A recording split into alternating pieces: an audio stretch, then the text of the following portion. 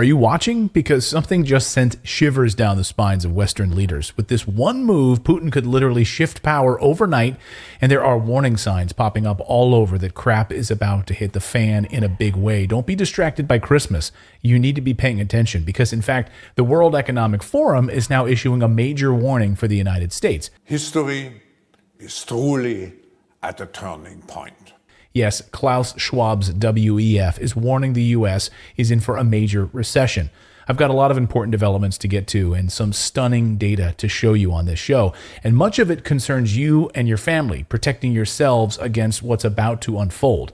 But first, something sent shivers down the spines of Western markets late this week. And frankly, it's all anyone is talking about who watches these things very closely. Here's Austrian economist Lawrence Leppard.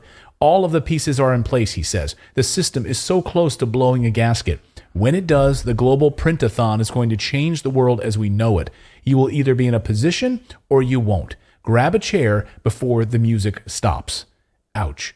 So as an example, it all started with a note from Credit Suisse contributor Zoltan Pozsar. Now, Pozsar, you'll recall, has been sounding the alarm about collapse of Western money structures that were put in place after World War II, better known as Bretton Woods.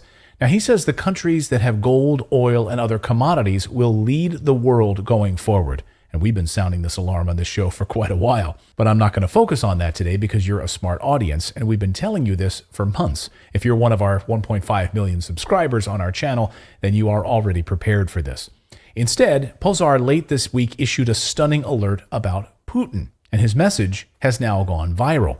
If Putin decides to flip the switch on the Western price cap on its oil by only accepting gold for oil, we would see the price of gold skyrocket to $3,600 an ounce.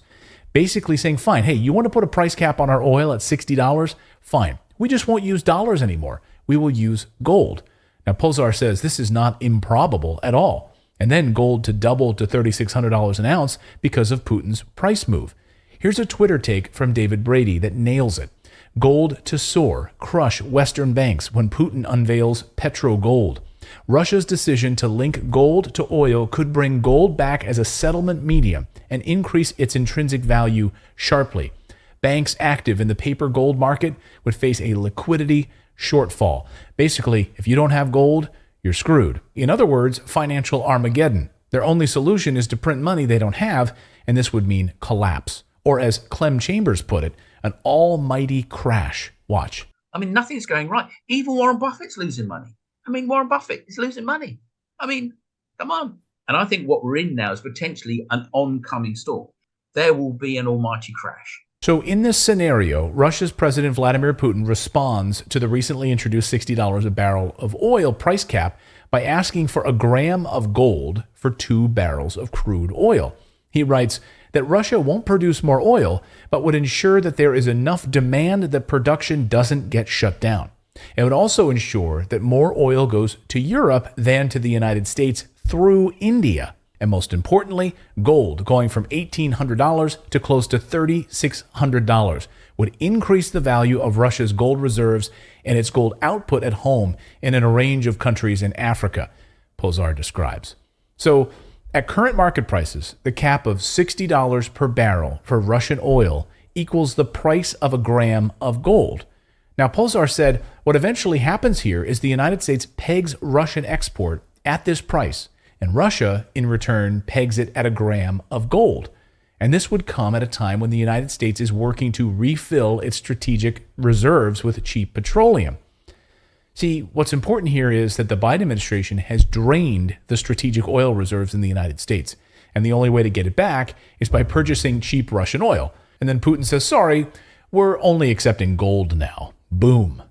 Putin says, sure, you want a price cap at this price? We'll accept it if you pay for it in gold. Now, Biden has depleted the strategic petroleum reserves. We're now at a 4-decade low of oil in those reserves. But the bigger problem for these banks is that if the world shifts towards gold-backed currencies, they are not prepared for it.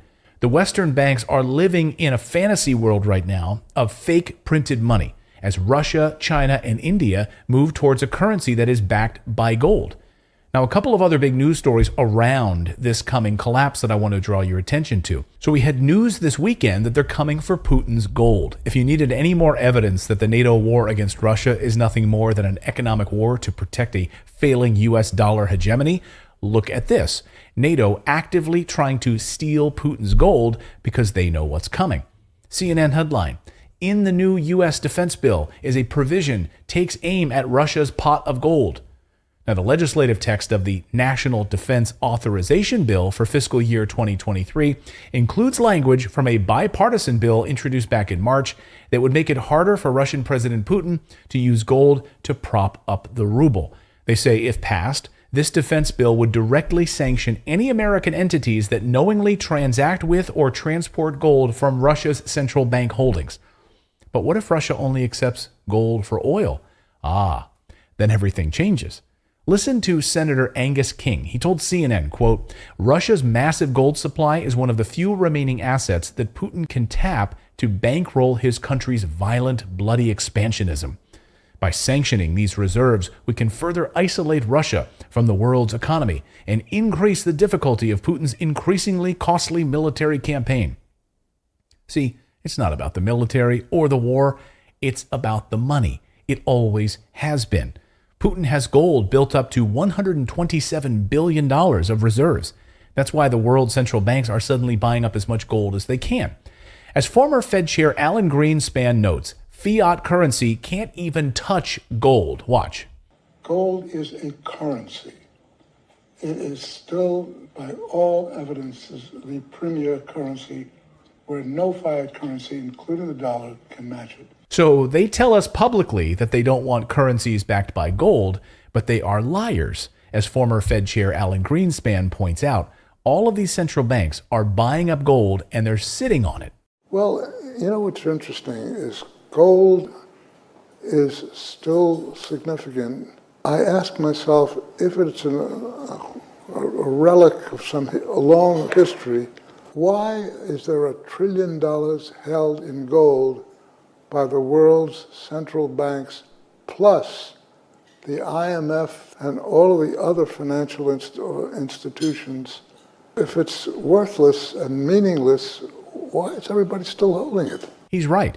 Not only are they sitting on gold, but they're actively buying as much of it as they can.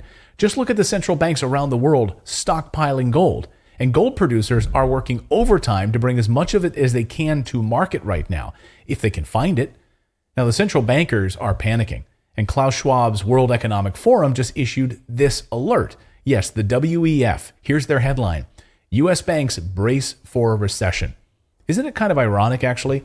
The WEF policies basically got us into this mess, and they issue a report saying we're screwed. So here's what they actually say in this report. The biggest U.S. banks are bracing for a worsening economy next year as inflation threatens consumer demand. J.P. Morgan Chief Executive Jamie Dimon told CNBC that consumers and companies are in good shape, but said that many may not last much longer as the economy slows down and inflation erodes consumer spending power. Yeah, when people are paying triple to heat their homes, and 1 in 4 millennials are now giving up their apartments because they can't afford it, they're moving back in with their parents. Yeah, that's happening. Then another big piece of news from this weekend, the largest investment manager, BlackRock, out with a new warning. BlackRock prepares for a recession unlike any other, and what worked before won't work now, reads the headline. Now, according to BlackRock, the global economy has entered a phase of elevated volatility, writes Zero Hedge, and that a recession is imminent due to central banks aggressively boosting borrowing costs to tame inflation. Their actions, according to a team of BlackRock strategists, will ignite more market turbulence than ever before. So, it's incredibly important right now to protect your family. The warning signs are there, guys. You know, if you are a subscriber to my channel, you know this. I've been beating this drum. Please protect your family. The data doesn't lie right now. So that's the news update.